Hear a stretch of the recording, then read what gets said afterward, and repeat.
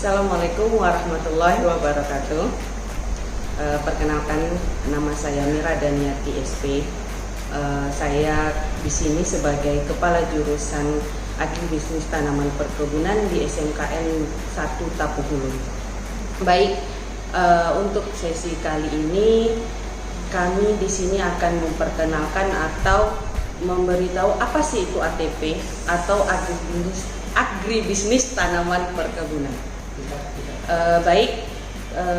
Agribisnis tanaman perkebunan di sini itu adalah jurusan yang berkecimpung atau membahas tentang tanaman perkebunan. Misalnya, contohnya kalau di sekeliling kita seperti tanaman kelapa sawit, kelapa, karet, dan yang ada lagi namanya antara perkebunan tahunan dan semusim.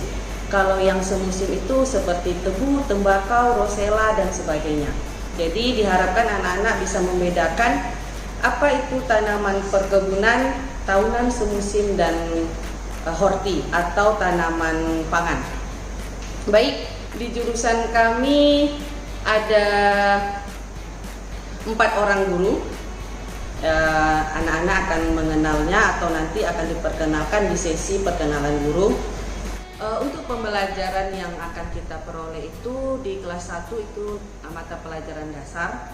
Kita memperkenalkan dulu berbagai jenis tanaman, karena pada dasarnya kalau yang belum berkecimpung atau belum masuk ke SMK pertanian itu antara tanaman pangan, horti, dan perkebunan itu biasanya dianggap sama. Padahal di sini itu berbeda, baik dari sesi penanaman, dari sesi pengolahan atau pemeliharaan sampai ke hasilnya. Itu sangat berbeda. Jadi diharapkan siswa-siswi yang masuk ke SMK Negeri 1 Tapu Hulu, khususnya jurusan agribisnis tanaman perkebunan, itu akan mengenal.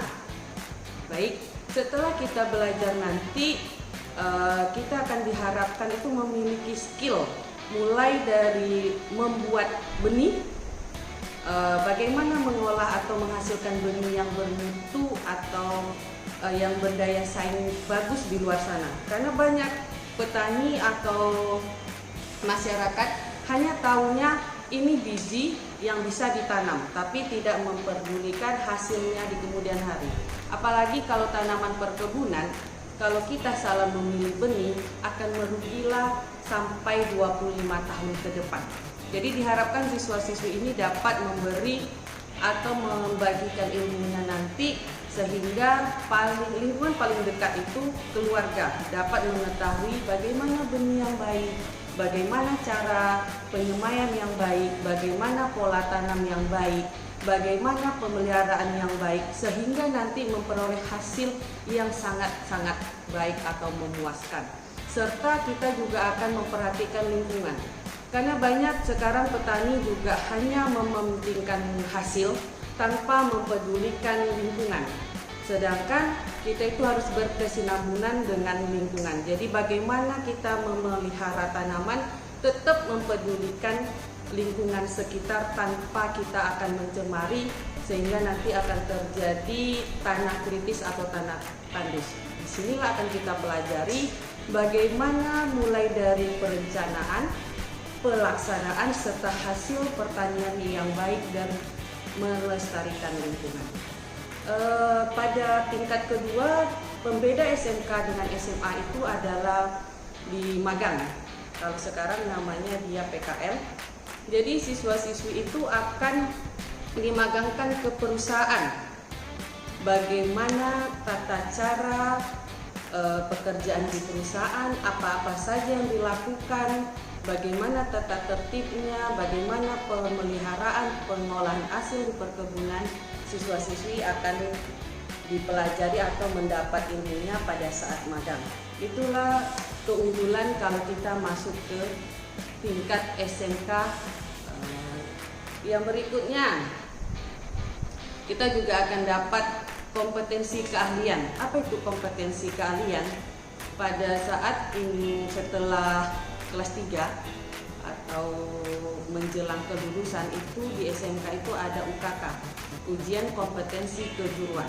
Jadi diharapkan yang tamat dari SMK terutama jurusan agribisnis tanaman perkebunan memiliki keahlian yang mumpuni, yang memadai pada lingkup pekerjaan atau lingkup perkebunan. Untuk lulusan kami, terutama jurusan agribisnis tanaman perkebunan di SMK N1 Tapung Hulu, pada saat ini data yang kami peroleh ada yang melanjutkan ke kuliah, ada yang memiliki bisnis sendiri, tentunya pada lingkup pertanian, ada juga yang bekerja di perkebunan sebagai mandor. Terutama kami memiliki seperti apa ya namanya, join atau bekerja sama dengan perusahaan MOU dengan perusahaan, tapi untuk saat ini masih di lingkup Kalimantan. Sampai saat ini kurang lebih kami sudah mengirimkan sekitar 10 orang. Sampai saat ini mereka masih bertahan di Kalimantan dan mereka menjadi mandor. Kalau di sini yang kebanyakan mereka punya usaha sendiri, menanam semangka, menanam cabai dan sebagainya. Jadi diharapkan yang lulusan dari jurusan agribisnis tanaman perkebunan, selain dia akan melanjutkan ke jenjang lebih tinggi seperti perguruan tinggi, mereka juga akan dapat memiliki usaha atau bisnis sendiri, dan yang lainnya akan ditampung oleh perusahaan perkebunan di lingkup terutama lingkup perkebunan, PT dan sebagainya. Oke, sekarang untuk siswa-siswi yang baru bergabung dengan kami, tetap optimis atas pilihan jurusannya, karena untuk saat ini juga pemerintah menggalangkan, bahkan Kementan itu menggalangkan petani muda berkarya.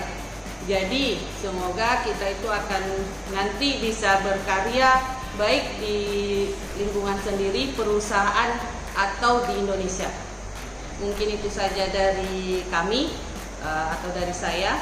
Apabila kalimat yang saya sampaikan kurang berkenan dan kalimat saya menyinggung perasaan, di sini saya mohon maaf.